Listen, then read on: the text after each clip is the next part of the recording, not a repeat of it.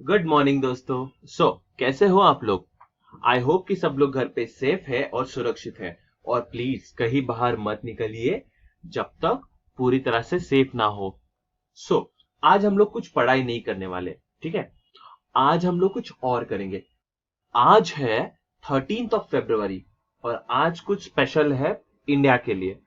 तो उसी के चलते आज हम लोग कोई और एक्टिविटी करने वाले हैं, ठीक है? तो आज हम लोग आज पढ़ने वाले हैं या आज देखने वाले हैं। ये जो आपके सामने एक अच्छी बहुत प्यारी सी ड्राइंग बनी हुई है, इनके बारे में। ये है सरोजिनी नायडू। नीचे लिखा है the Nightingale of India. Yes, Nightingale of India यानी कि इंडिया की कोकिला या फिर कोयल। तो आज हम इनके बारे में देखने वाले। आज हम इनके बारे में क्यों देखने वाले, ऐसा क्या है आज? तो आज 13 फरवरी यानी कि आज है सरोजिनी नायडू जी की बर्थ एनिवर्सरी। आज उनका बर्थडे है। तो सरोजिनी नायडू जी का बर्थडे यानी कि जन्म आज 13 फरवरी 1879 को हुआ था और उनकी डेथ 2 मार्च 1949 को हुई थी।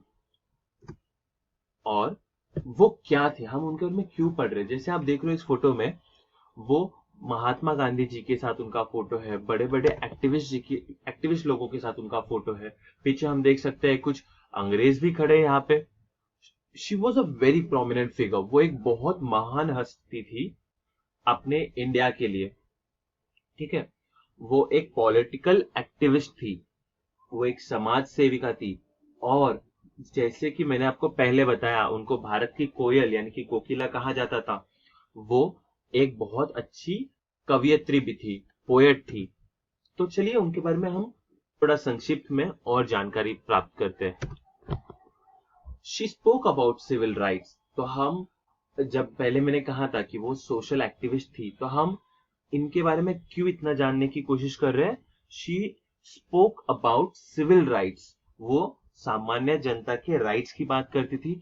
वुमेन इमेंसिपेशन, औरतों के अधिकार की बात करती थी। And she was an important figure in Indian struggle for independence during the colonial period. यानी कि जब ब्रिटिश राज में इंडिया था, तब इंडिया के आजादी के लिए वो एक इम्पॉर्टेंट हस्ती थी, एक इम्पॉर्टेंट शख्सियत थी जो फ्रीडम स्ट्रगल में लड़ रही थी। उसी के साथ she was a great poet and hence she got the name Nightingale of India और भारत की कोकिला। तो वो एक बहुत अच्छी कवियत्री थी, पोएट थी, महान पोएट थी। इसलिए उनको महात्मा गांधी जी ने ही उनको नाइटिंगेल ऑफ इंडिया यानी कि भारत की कोकिला या भारत की कोयल ये नाम दिया था। अच्छा, बस इतना ही है उनके बारे में? नहीं, तो हम अभी और देखेंगे। Sarojini Naidu, originally Chattopadhyay, was born in Hyderabad and studied in Madras, London and Cambridge। तो सरोजिनी नायडू जो थी वो चट्टोपाध्याय फैमिली से थी, बंगाली थी। और उनका जो ओरिजिनल गांव था, उनका जो असली गांव था, वो आज की तारीख में बांग्लादेश में स्थित ढाका शहर में ब्राह्मण गांव, इस नाम से उनका गांव है। तो उस गांव के चट्टोपाध्याय फैमिली की थी वो। परंतु उनके जो पापा थे, उनके जो पिताजी थे, उनके जो फादर थे, वो यहाँ पे हैदराबाद में जॉब करते थे। वो प्रिंसिपल थे कॉलेज के। और इसीलिए सरोजिनी नायडू जी का बर्थ, उनका जन्म यहीं पे हुआ था, हैदराबाद में। उसके बाद क्योंकि एक पढ़े लिखे अच्छे बड़े फैमिली से थे वो, जहाँ पे उनके फादर खुद ये थे, अपने प्रिंसिपल थे, इसलिए वो भी खुद पढ़ती थी। तो उनकी पढ़ाई पहले मद्रास में हुई, फिर लंदन में हुई, और फिर कैम्ब्रिज जैसी जगह पे हुई। सोचिए, लंदन, कैम्ब्रिज, मद्रास। और मद्रास आज की तारीख में जैसे शहर है, उस जमाने में अंग्रेजी हुकूमत में, ब्रिटिश राज में ऐसा नहीं था। तब ये था कि Madras constituency, Bombay constituency, Bengal constituency, ऐसे बड़े बड़े प्रोविंसेस थे। तो वो मद्रास में पढ़े थे, वहां से वो लंदन गए, लंदन से फिर वो कैम्ब्रिज गए।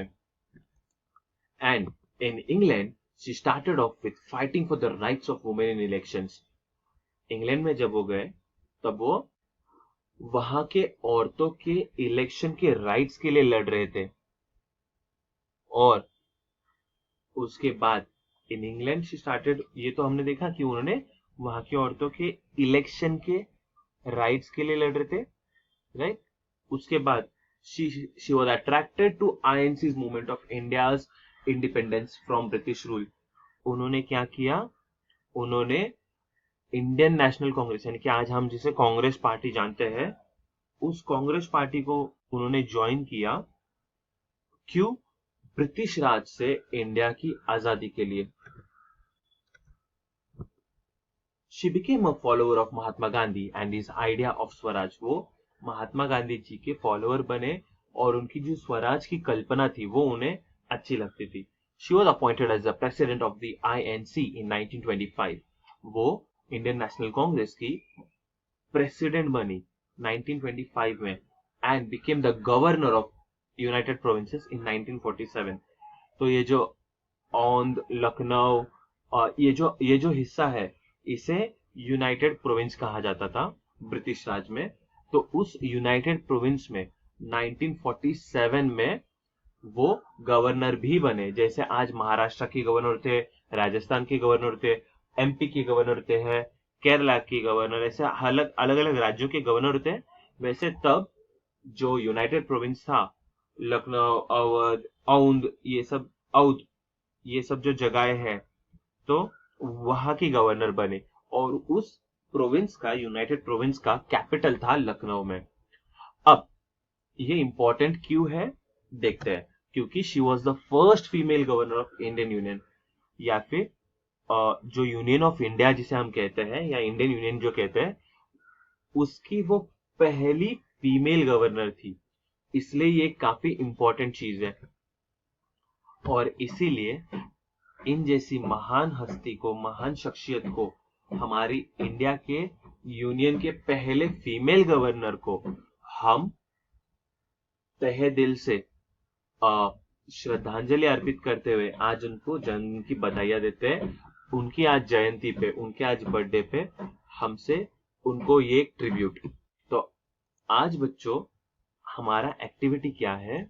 हमारा एक्टिविटी ये है कि आपको सरोजिनी नायडू जी के बारे में कोई पैसेज लिखना है, उनकी इंफॉर्मेशन निकाल के, मतलब उनके बारे में और पढ़िए। इसलिए मैंने आपको ज्यादा इंफॉर्मेशन नहीं दिया है, आप उनके बारे में पढ़िए और उनके बारे में पैसेज लिखिए या फिर उनके लिए कोई ड्राइंग बनाइए, ठीक है। तो उसी के साथ आज का हमारा एक्टिविटी तो खत्म हो गया, लेकिन अगर आपको कोई भी डाउट्स हो तो आप मुझे कभी भी फोन करके पूछ सकते हो। तब तक के लिए tata, bye bye and thank you.